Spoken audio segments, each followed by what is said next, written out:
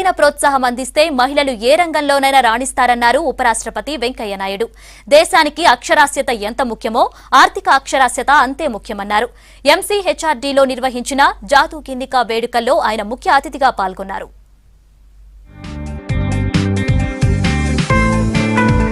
Vodafone CMR విభాగం, Vodafone learning links foundation ఆధ్వర్యంలో ప్రారంభించిన ఆర్థిక సాహిత్య అవగాహన కార్యక్రమం జాదు గిన్నికా మొదటి ఏడాది పూర్తి చేసుకుంది.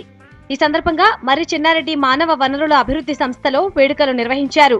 ఈ కార్యక్రమానికి ఉపరాష్ట్రపతి వెంకయ్యనాయుడు ముఖ్య అతిథిగా హాజరయ్యారు.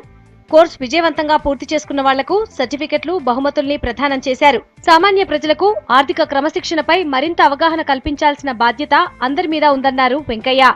మహిళా సంఘాల ద్వారా ఈ ఉద్యమాన్ని మరింత ముందుకు తీసుకువెళ్లాలని సూచించారు. అంబేద్కర్ గారు చెప్పారు, దీన్ దయాళ్ ఉపాధ్యాయ గారు చెప్పారు, మహాత్మా గాంధీ గారు చెప్పారు, जो समाज में जो अंतिम पंक्ति में बैठे उनका उत्थान पहले होना चाहिए. ఈ ఆఖరిలో చివరిలో కూర్చున్న వాళ్లకు ముందు అభివృద్ధి చెందాలని. ఈ మీటింగ్లో కూర్చున్న వాళ్ళకి కాదు, సమాజంలో ఎవరైతే అంతిమ పంక్తిలో ఉన్నారో వాళ్ళని ముందు అభివృద్ధిలోకి తీసుకురావాలని. So that is the aim. Government of India, Government of Telangana, Government of Andhra and all governments are having that aim. జాదు గిన్నికా కార్యక్రమం ద్వారా 13 లక్షల మందికి పైగా భారతీయులకు ఆర్థిక సాహిత్యంపై అవగాహన కల్పించామన్నారు వోడాఫోన్ ఇండియా ఫౌండేషన్ నిర్వాహకులు. Clearly, the way we would say is that while the goal for the Jadu Ginnika program on financial literacy is about 13 million Indians, sir, that we will be able to help. We are so delighted, sir, that because of the work that you and others have done in Andhra Pradesh, that nearly 2 million out of that is coming from Andhra Pradesh. It means nearly 15% of the entire thing is something which is being done here, sir. And the model that Mr. Chinnathathaya's group and are working with so committedly, we think that it can become the model for taking that to all self-help groups, sir. జాదు గిన్నికా కార్యక్రమం ద్వారా ప్రాథమిక ఆర్థిక అంశాలు, రుణాలు, పెట్టుబడులు, ఆర్థిక ప్రణాళిక, digital financial tools లాంటి వాటి మీద అవగాహన కల్పిస్తున్నామన్నారు ఏపీకి చెందిన అధికారులు. పేదరిక నిర్మూలన పథకం మంది మెప్మా అంటే పేదరిక నిర్మూలన కావాలంటే కేవలం డబ్బిస్తే సరిపోదు, కేవలం లోన్ ఇస్తే సరిపోదు. ఆర్థిక కార్యక్రమాల యొక్క లావాదేవీల పట్ల పూర్తి స్థాయి అవగాహన ఉండాలి.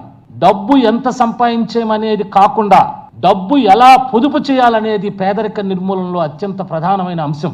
దీన్నే ఈరోజు మేము ఫైనాన్షియల్ లిటరసీ ద్వారా ఈరోజు ఇక్కడ వరకు నేను రాగలిగానంటే మెప్మా స్టాఫ్ వల్లనండి. అలాగే లెర్నింగ్ లింక్స్ ఫౌండేషన్ వారు కానీ, వోడాన్ ఇండియా ఫౌండేషన్ గారి వాళ్ళు కానివ్వండి, మెప్మా సిబ్బంది కూడా ఈరోజు నేను ఒక సాధారణ మహిళనండి.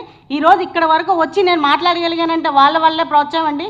కానీ ఈ ట్రైనింగ్లు అనేది ఇంకా పై స్థాయి వరకు కూడా మాకు నేర్పించి మహిళలు ముందుకు నేర్పించాలని కోరుకుంటున్నాను సార్. మహిళ ముందుంటే మన రాష్ట్రం బాగుపడుతుంది, దేశం బాగుపడుతుంది అని గుర్తించినందుకు అందరికీ, ప్రతి ఒక్కరికి కూడా నాకు నమస్కారాలు తెలియజేసుకుంటున్నాను సార్. అంగన్వాడీ మెంబర్లు, టీచర్లు, పొదుపు సంఘాల మహిళలకు ఆర్థిక ప్రణాళిక విషయంలో అవగాహన కల్పిస్తున్నారు. మొదటి ఏడాది ఆర్థిక లావాదేవీలు, నిర్వహణ, నగదు పొదుపు, ఖర్చుల తగ్గింపుపై అవగాహన కల్పించారు. మహిళల నుంచి ఈ కార్యక్రమానికి మంచి స్పందన లభిస్తోంది.